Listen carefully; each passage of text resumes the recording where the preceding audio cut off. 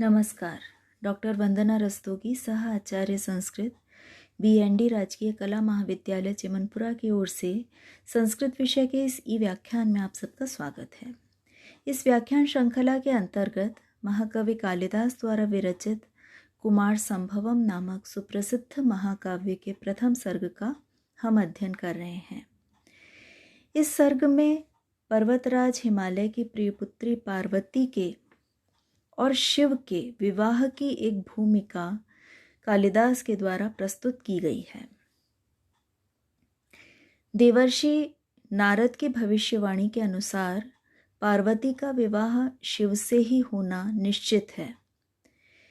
पार्वती पूर्व जन्म में सती के रूप में शिव की पत्नी थी। ये भी कालिदास के द्वारा पिछले पद्यों में संकेत किया गया है। सती द्वारा प्राणोत्सर्ग कर दिए जाने के उपरांत शिव पूर्णतया विमुक्त संग होकर, पूर्णतया तपस्या में तल्लीन होकर के विवाह इत्यादि से विमुख हो चुके हैं।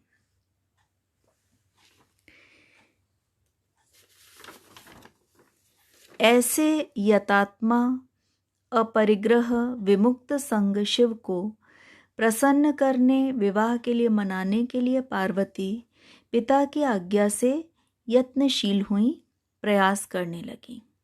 यही इस पद्य में बतलाया जा रहा है। अनर्घ्यमर्घ्येण तमद्रिनाथः स्वर्गौकसामर्चितम् अर्चयित्वा आराधनायस्य सखी समेतो समादिदेश प्रयताम तनुजाम। पद्य का अन्वय इस प्रकार है।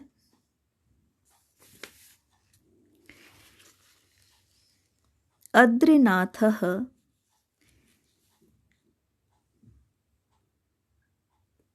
अनर्घ्यम स्वर्गौकसम अर्चितं तम अर्घ्येण अर्चयित्वा अस्य आराधनाय सखी समेताम प्रयताम तनुजाम समादिदेश। अद्रिनाथः, अद्रि कहा जाता है पर्वत को। अद्रिनाथ पर्वतराज हिमालय ने, गिरिराज हिमालय ने,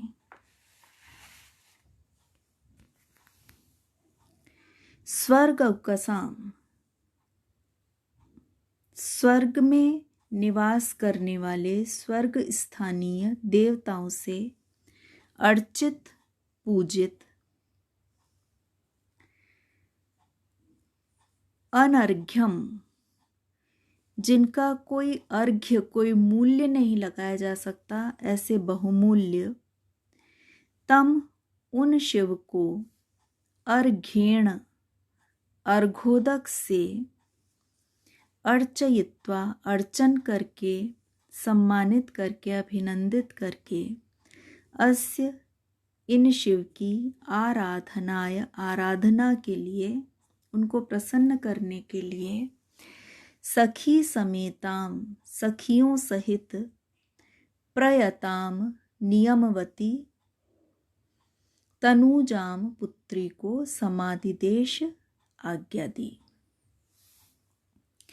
गिरिराज हिमालय ने अनुपम विभूति से युक्त, अनुपम विभूतिमान एवं देवताओं से भी पूजित, जिनकी देवता भी पूजा करते हैं, ऐसे दिवौकसाम अर्चितम देवताओं से भी सुपूजित शिव की, अर्घ्येण अर्घोदक से, पूजा उदक से उनको सम्मानित करके, इन शिव की सेवा के लिए अपनी पुत्री को, अपनी निष्ठायुक्त पुत्री को, सखी सहित, सखियों के साथ में अपनी निष्ठायुक्त पुत्री को, पुत्री पार्वती को आदेश दिया। यहाँ पार्वती के लिए जो विशेषण प्रयुक्त है वह है प्रयताम, सखियों के सहित और प्रयताम, जो यत्नशील है, जिसने नियम धारण कर लिया है, जो पूर्ण निष्ठा से शिव के प्रति समर्पित है। अतः पिता की आज्ञा से सखियों के साथ में, सखियां हैं उनकी जया और विजया, अपनी उन सखियों के साथ में एक निष्ठ भाव से पार्वती शिव की आराधना करने लगी।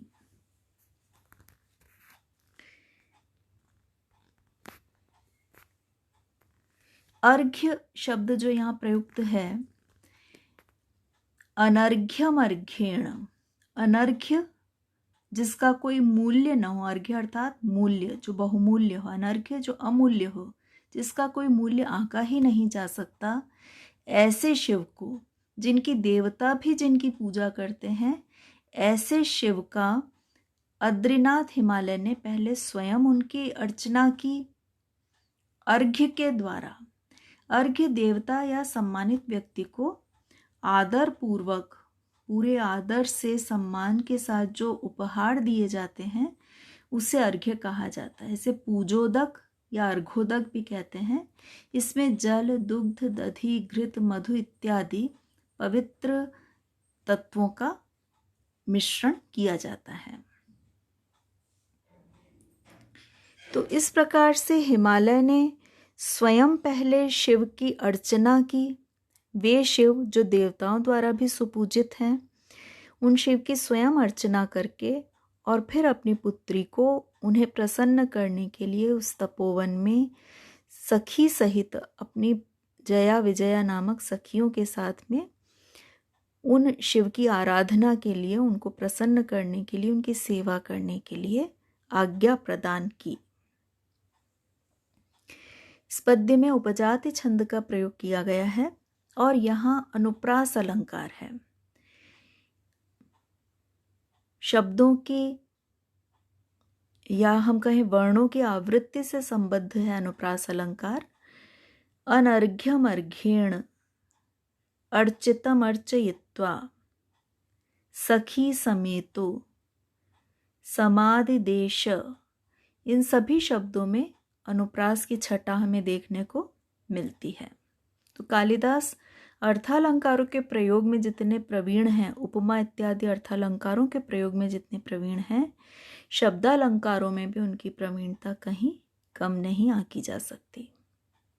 समास की दृष्टि से यदि हम देखें तो स्वर्गौकः, स्वर्गौकसाम, इसमें स्वर्गः ओकः येषाम तेषाम, ओक कहा जाता है स्थान को, स्वर्ग है स्थान जिनका, जो स्वर्ग में निवास करने वाले हैं, देवताओं के लिए यह शब्द प्रयुक्त किया जा रहा है।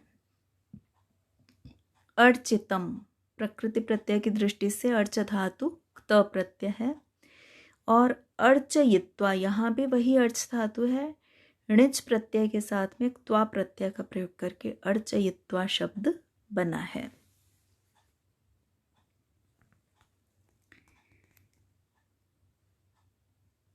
इस प्रकार से पार्वती जो शिव पूरी तरह निरासक्त हो चुके हैं, उनको अपनी सेवा के द्वारा प्रसन्न करने के लिए पार्वती प्रयत्नशील होती हैं।